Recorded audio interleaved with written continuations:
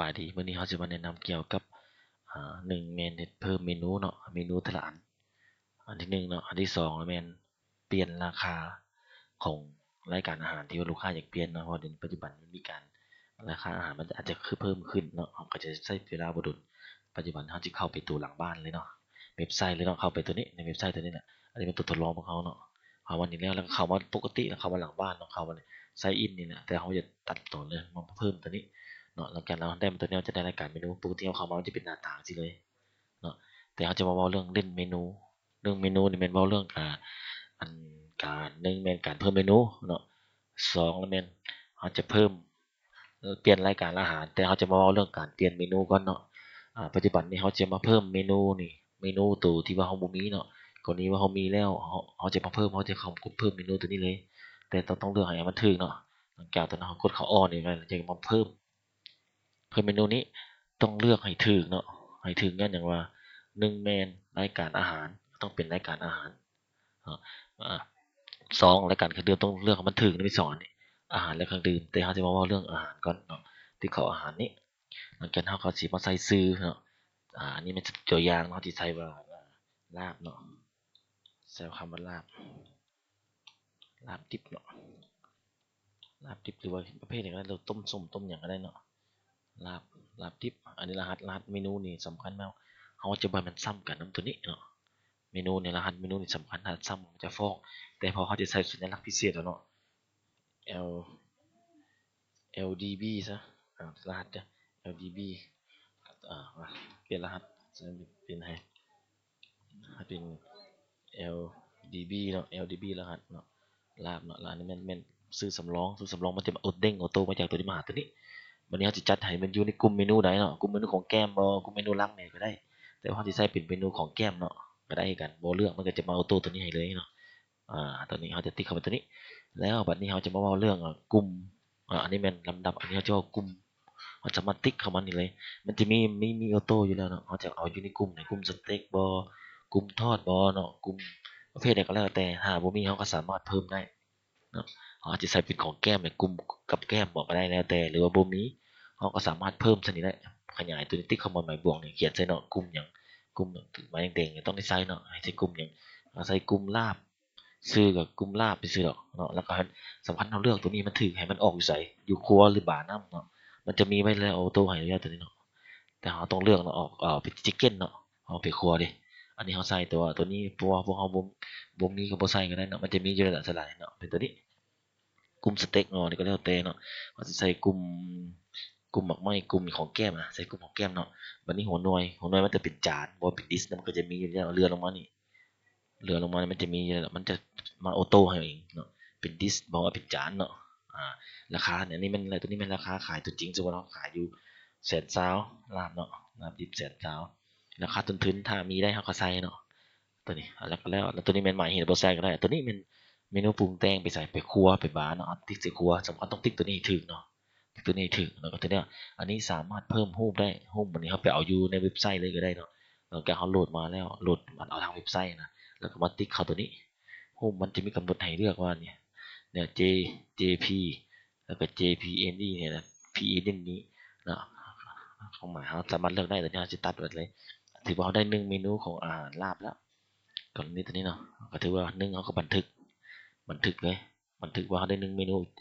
LDB นี้เขาจะได้1เมนูขึ้นมานี่นะ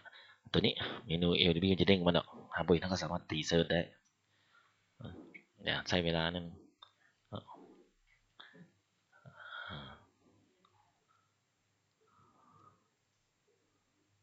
มันโหลดนิดนึงอ่ะ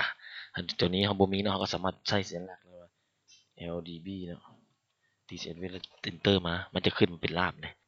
ตัวนี้ถือว่าเขาได้1เมนูแล้วอาหารนี้เนาะตัวนี้ที่2ตัวนี้ว่าเดี๋ยวนี้ปัจจุบันนี้เขามีเมนูแล้วเนาะเมนูนึงก็ยาเกี่ยวกับรายการเมนู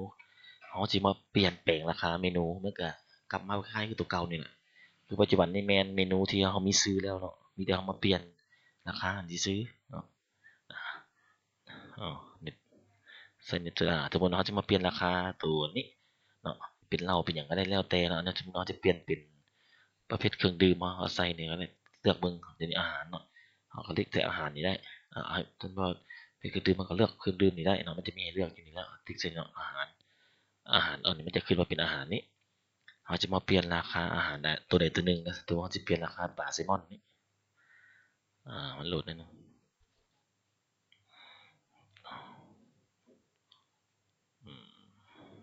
ใช้เวลานิดนึงจ้ะใช้เน็ตแน่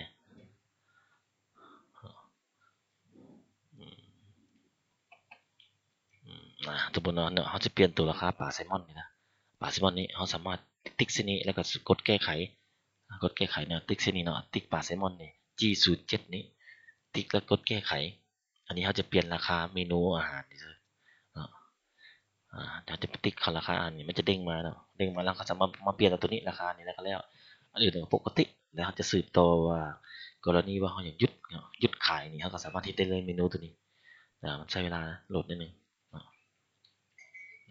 มันโหลดมาตัวนี้แล้วเอาไงเขาเบิ่งเขาสามารถเปลี่ยนราคาตัวนี้ได้เนาะตัวนี้ปัจจุบันเขาจะเปลี่ยนราคาตัวนี้เนาะเขาก็มาติ๊กสนิทเพิ่ม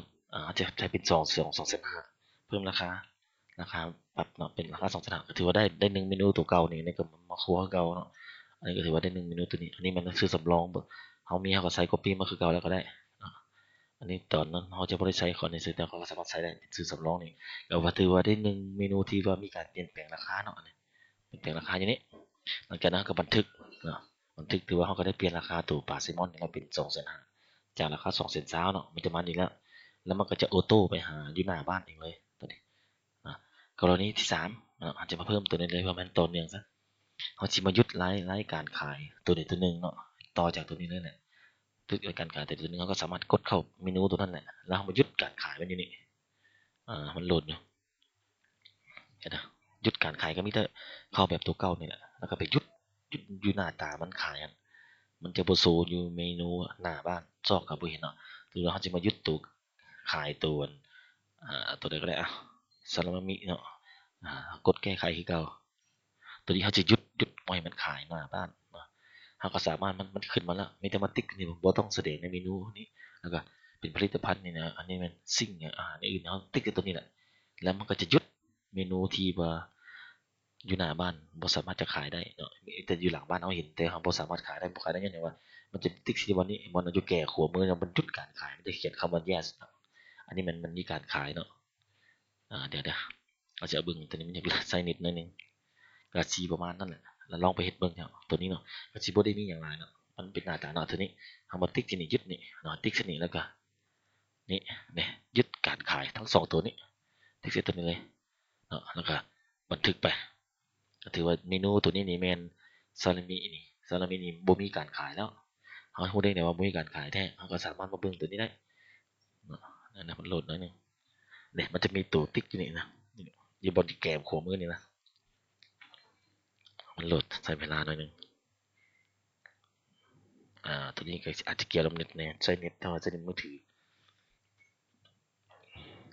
ก็สิประมาณนั้นได้จะใครเห็นหน้าตาว่าเขาหยุดแท้บ่นึกใส่นะมันโหลดเอาเลื่อนมานี่